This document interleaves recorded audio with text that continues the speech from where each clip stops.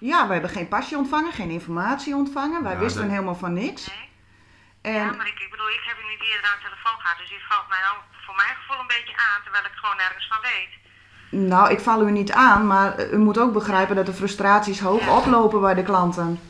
Dit zorgt voor heel veel stress en slapeloze nachten. En ik denk ook voor de chauffeurs en het begroopt me ook enorm voor hun.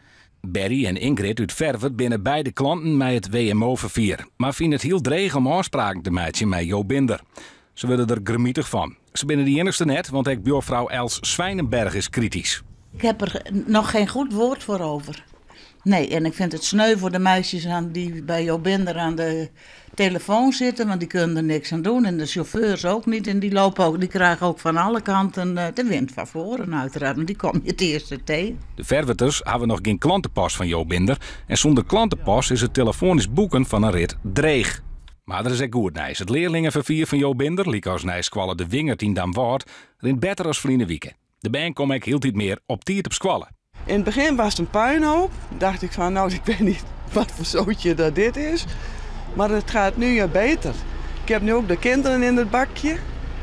In de BC. In wat voor bakje? Dat is de boordcomputer. Daar komen de kinderen dus in te staan. En ja, dat is nu prima geregeld. Voorzitter Pietje de Graaf van Jo Binder wil de bannerziektes met het WMO-vervier zo gauw mogelijk oplossen. Dit moet opgelost worden. Want deze mensen die moeten geregeld gebruik maken van het WMO-vervier. En dat moet gewoon goed. Dus ik willen de stappen zetten om dit op te lossen, want dit moet ze net wegkrijgen. Mevrouw de Graaf had ook nog een advies. Wat langer als een kwartier op een busje wachten, maar gelijk bellen bij de centrale.